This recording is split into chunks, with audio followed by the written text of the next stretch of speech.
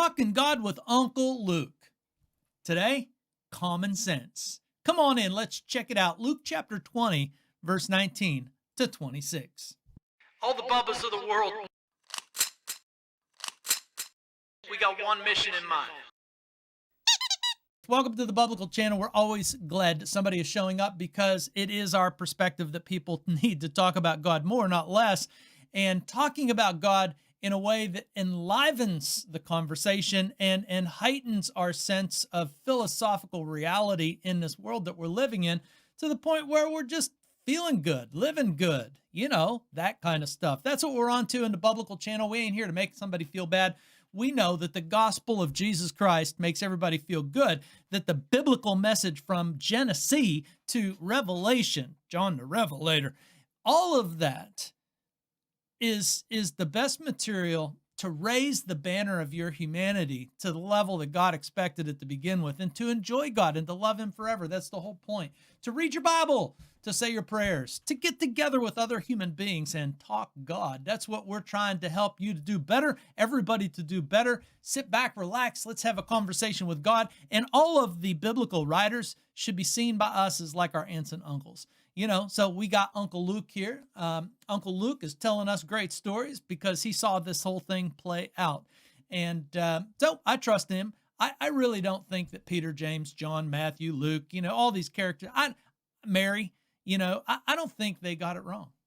I think they got it right. That's all I'm saying. I just think they got it right. And they make my joy complete, really. And in that, I grow close with God. So having fun talking God, moving from the bullshit of this world to the holy shit of God so that we can start shooting the shit with one another in a real and meaningful way to get us to the point where, hey, and I got to tell you, I'm sorry. If you grew up saying the Lord's Prayer as a punishment, man, I apologize. That was never Jesus' intent. Jesus, you know what I'm saying? Man, the Lord's Prayer doesn't function like that. And if you grew up in a church, saying the Lord's Prayer like a dirge, oh, I'm sorry, man, because the Lord's Prayer is supposed to pump us up. If we read that thing right, it gets our mind right and it gets excited about every day, because in that we say, Father, hallowed be your name, your kingdom come, baby. Give us our daily bread as we need it. Forgive us as we forgive. Lead us not into temptation, man. It just gets you your feet on the ground and going in the right direction. Anywho, we got Luke chapter 20. Verse 19 to 26 here, and we're going to dive right in. And it goes like this. The scene that Uncle Luke lays out for us is the scribes and the chief priests. Now, again, we're still in the temple scene where Jesus, has entered, and we also know that Jesus about ready to head to the cross. But before he does that, Big J has something to say, man. And so the scribes, the chief priests, they're not happy with what Jesus just got done saying.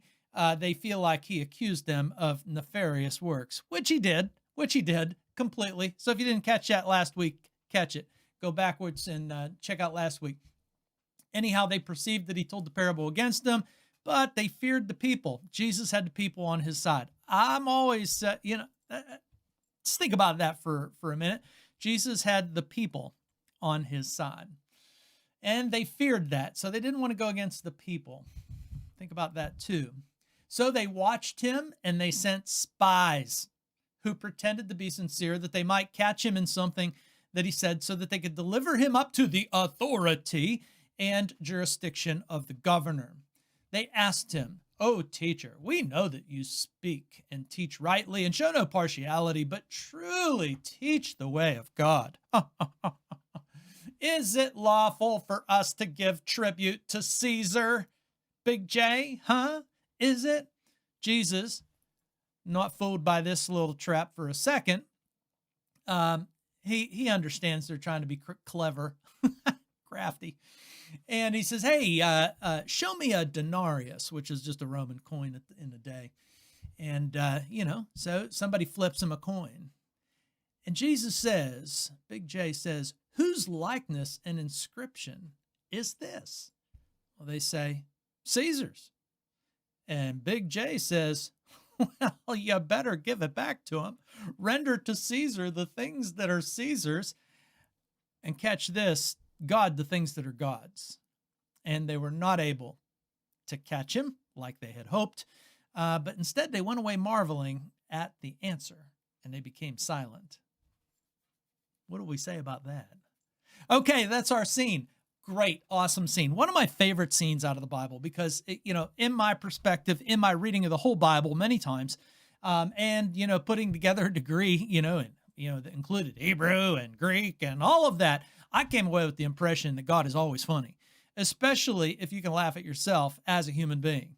But this scene is awesome because it just soothes the soul, baby, and it puts the right things, into our minds, and we can see the backdrop of what the right things always are just by digesting what Jesus is saying in the entirety, man. So let's just take this one, piece at a time. Let's go back to the top and understand that the scribes and the chief priests, this is a group that is a bit butthurt because Jesus has just pretty much laid them out in the previous passage. He has, accused them of nefarious behavior and behavior that is clearly not on track with God's. And in fact, that they are against God. And they say, how dare you? How dare you, Jesus, accuse us. We're the most godly men on the planet here, buddy. Don't tell us we're not godly. And Jesus is just looking at them. And here's what I think Jesus is doing. I think he just shrugs like, it's just true, man. Anyhow, Jesus is always cool, and he's always calm, cool, and collected. I love it. And so anyhow, they're butthurt. And in order to accomplish their means, they decide to send spies. Spies, a bunch of bitchy little girls, says Sam Axe. If you ever saw Burn Notice or read the series Burn Notice, Sam Axe is always saying that spies are like a bunch of bitchy little girls. Okay, so anyhow, they send spies who are pretending to be sincere. And they have authority on their mind. What authority do you have, Jesus? They have authority on their mind like, let's see, who sang Georgia on My Mind? Was that Waylon? Waylon sings every song. No, it wasn't Waylon. It was, I forget. George, I've got Georgia on my mind. Anyhow, Ray Charles, yeah, they've got authority on their mind like Ray Charles has Georgia on his mind.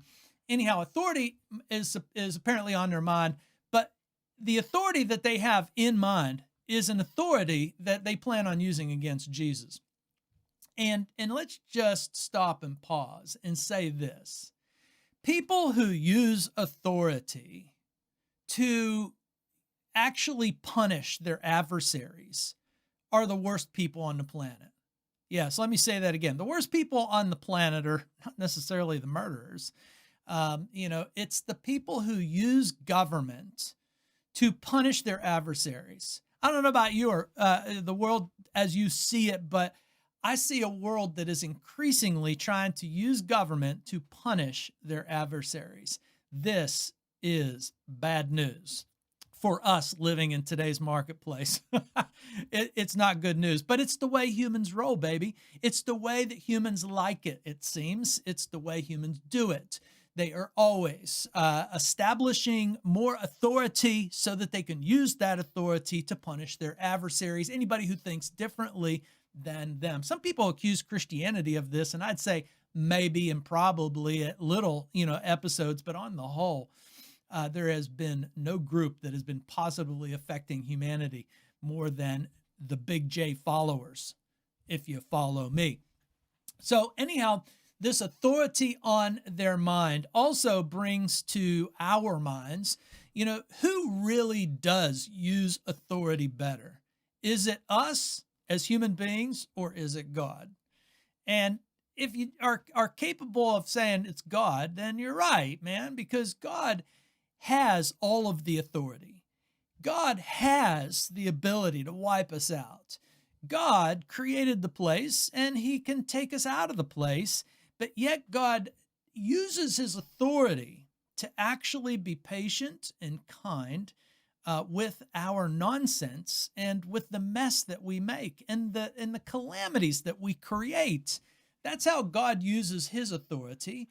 But as human beings, we use our authority to usually punish our adversaries and to, form our cliques in our societies and to feel better about ourselves.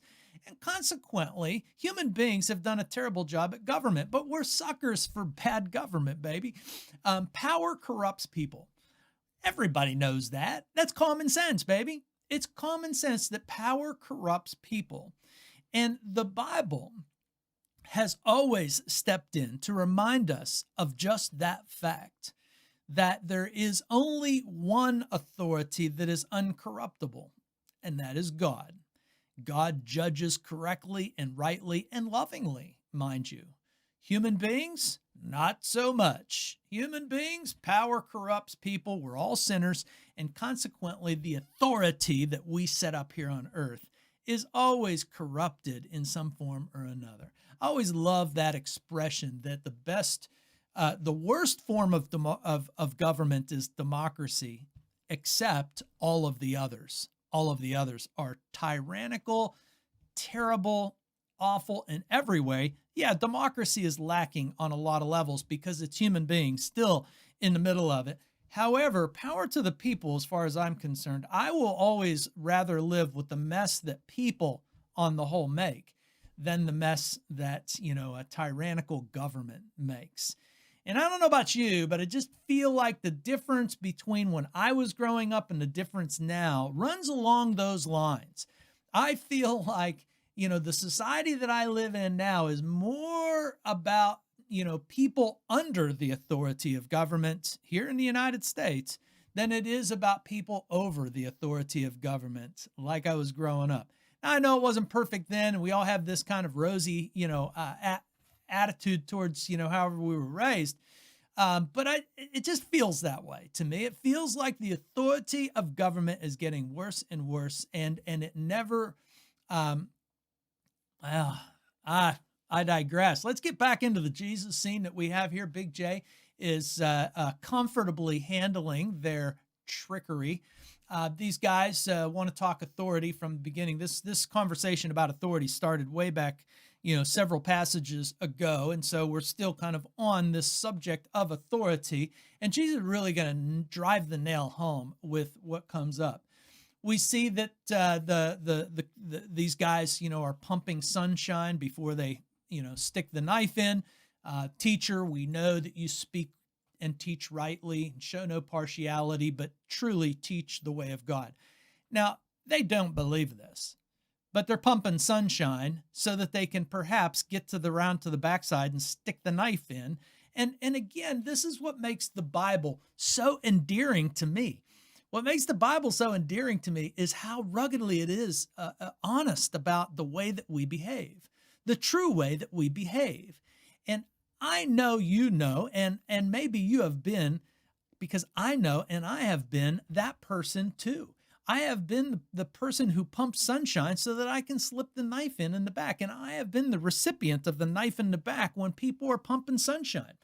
As the pastor of a church for 20 years, I got more nervous, not when somebody was angry with me, but when they were, flattering me with over the top praises. I felt like, as I look back on 20 years of being the pastor of a church, oftentimes, not every time, but oftentimes, the people that would stab me in the back were actually pumping me the biggest sunshine up my butt that, they could. Well, it's just the way humanity rolls. Well, anyhow, what they expect to accomplish here by asking Jesus this question about, is it lawful for us to give tribute to Caesar or not, is they hope to catch Jesus. On one hand, they hope, if he says yes, then that it's okay to pay tribute to Caesar. Well, then Jesus is a traitor. He's a treasonous person to Israel themselves. Israel is, of the mind to defeat Rome, and the people want to defeat Rome supposedly. And if these guys can expose him as being, sympathetic to Rome by telling them to pay their taxes, then they got him, right? The crowd's going to turn against them. And if they get Jesus to say no, Well, then they're going to use the authority of Rome against them. And they're going to say, look at that. He's an insurrectionist. You better get him. This is exactly how the whole thing does end up playing out. This is the early, go. They're not going to accomplish their means quite yet because Jesus isn't done with them. He'll let them get their way, which is, again, a beautiful thing, that Jesus actually will eventually let them get their way.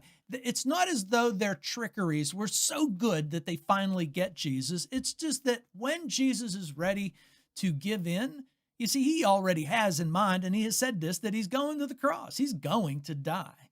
And he's going to die for the express reason so that he can raise. Well, if that's too much for your brain, I'm sorry. This is the way Jesus has laid it out. This is the way Jesus is going to play it out. It's just the way it is.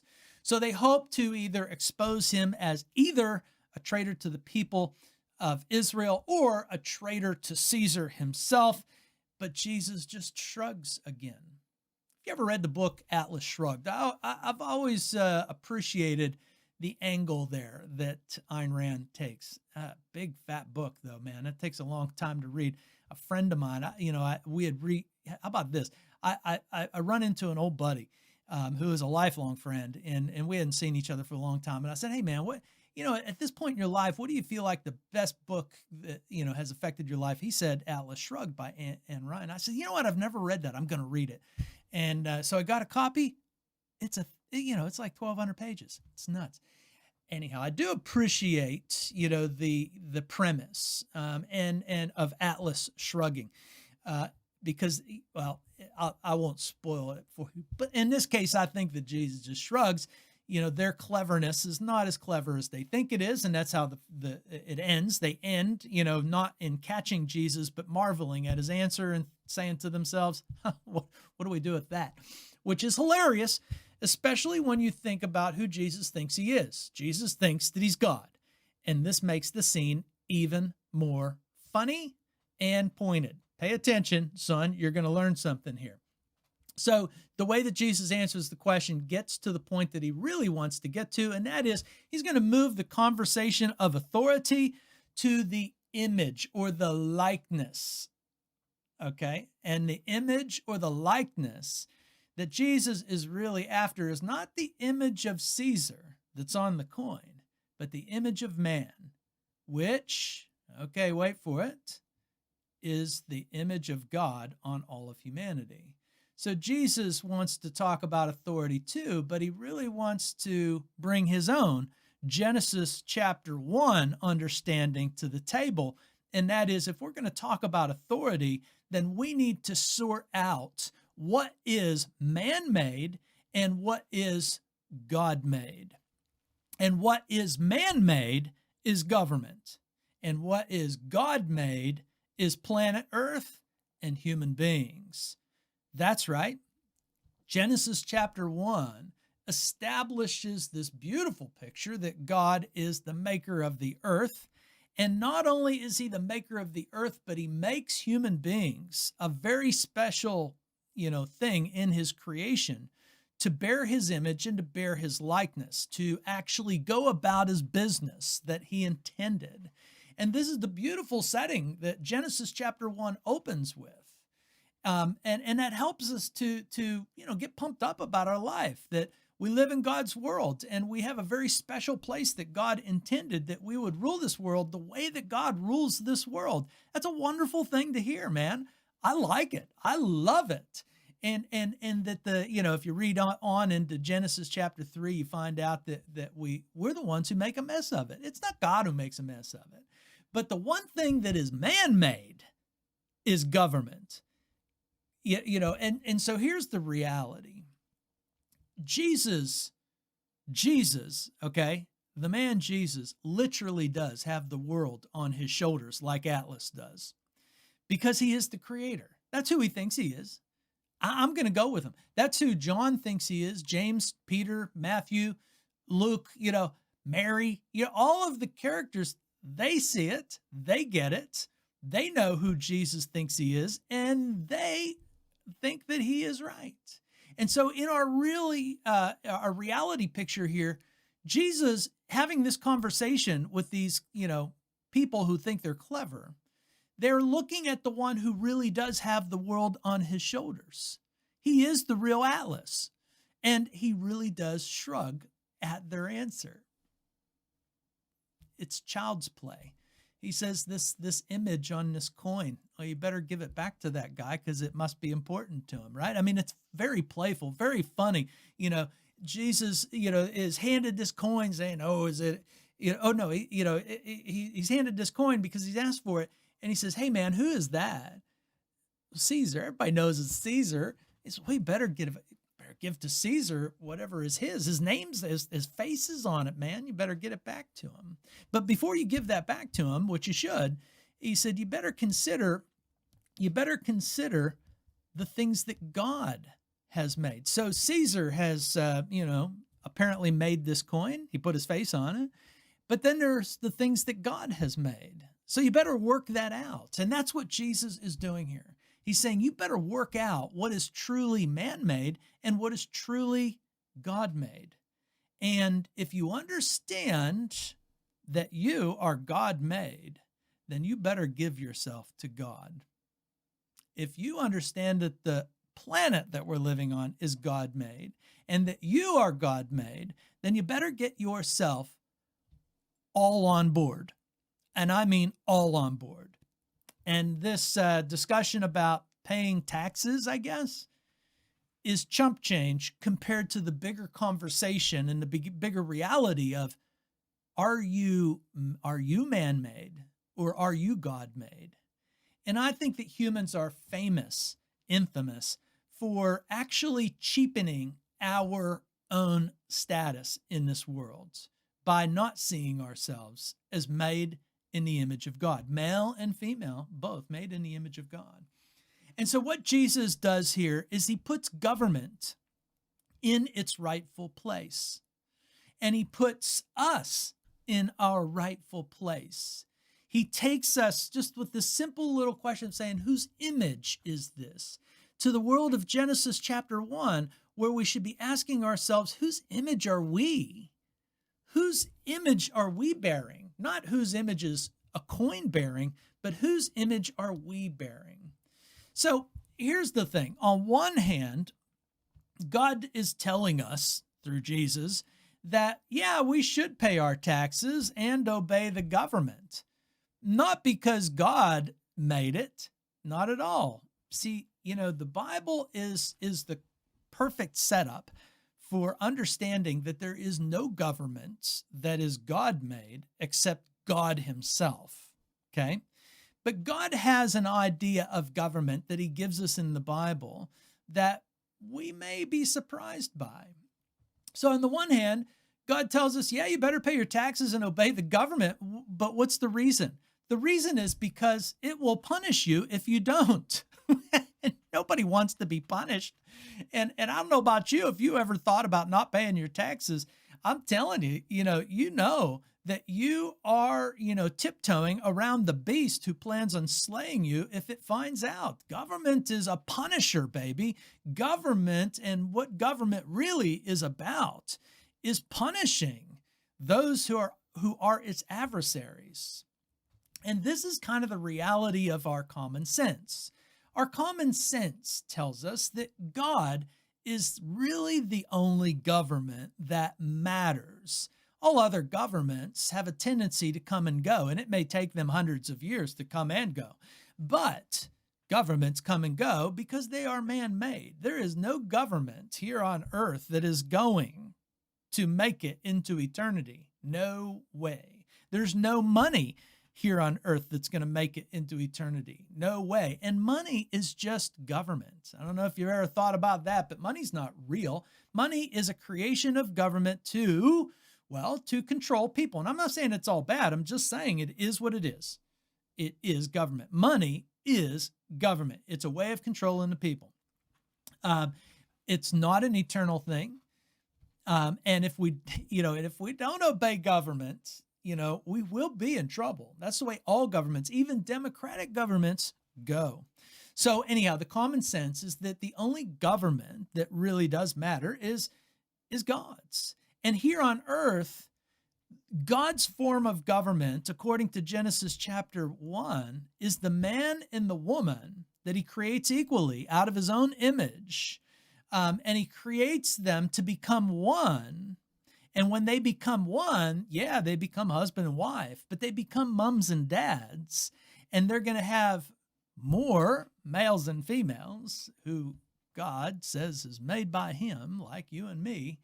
And they will form, well, another government. By leaving mom and dad, they will go out and do the same thing.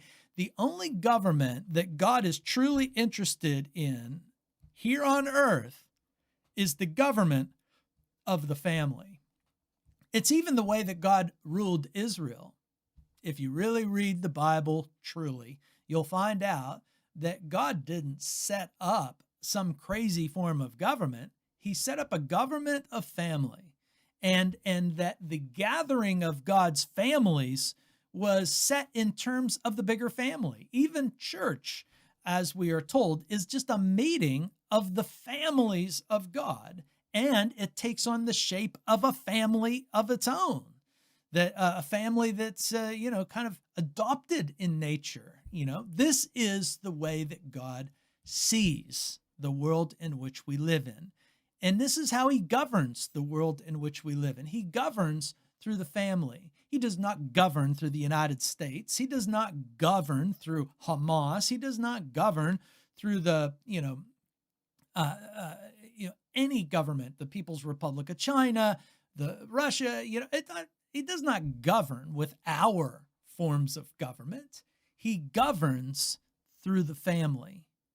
And that is God's brilliant idea.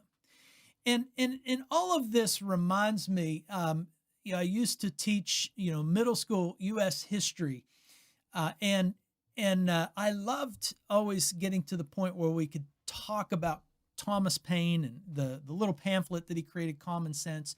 But the opening line in Thomas Paine's Common Sense is identifying the real problem that human beings have. And I think it's so applicable for us today. And it's behind the scene here that Jesus is talking about too. And that is, Thomas Paine says that people are confused about the difference between society and government. Most people cannot distinguish between society and between government. And Thomas Paine says that's where our troubles begin.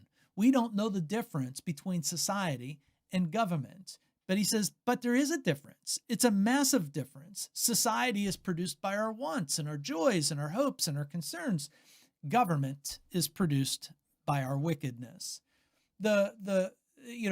Society is promoting our happiness positively, uniting our affections, that kind of thing. And government is created negatively by restraining our vices. Society encourages dialogue and talking. Government creates distinctions and gets us fighting. And, society is patriotic in nature, but government is a punisher by nature. You see, we've got to realize that, the governments of this world are man-made, all of them, not God-made. And we've got to realize that the thing that God made is actually us, and he governs us in the family. And the sooner we get into that mentality, and the sooner we realize that, the better things get. Jesus, God, is going to have nothing to do with some sort of rebellion that attacks government, and he does not endorse any of that. But what he does endorse is the hostile takeover of just families being strong and kind and generous towards one another. You see, Jesus did not defeat Rome, but Christianity did. And Christianity has defeated some mega powers in the world over the last 20 years by just simply families getting on with the business of doing what is right and good and prosperous and looking out for one another. This is God's form of government. It's just common sense. Is it? I hope it is. All right, we'll catch you next time.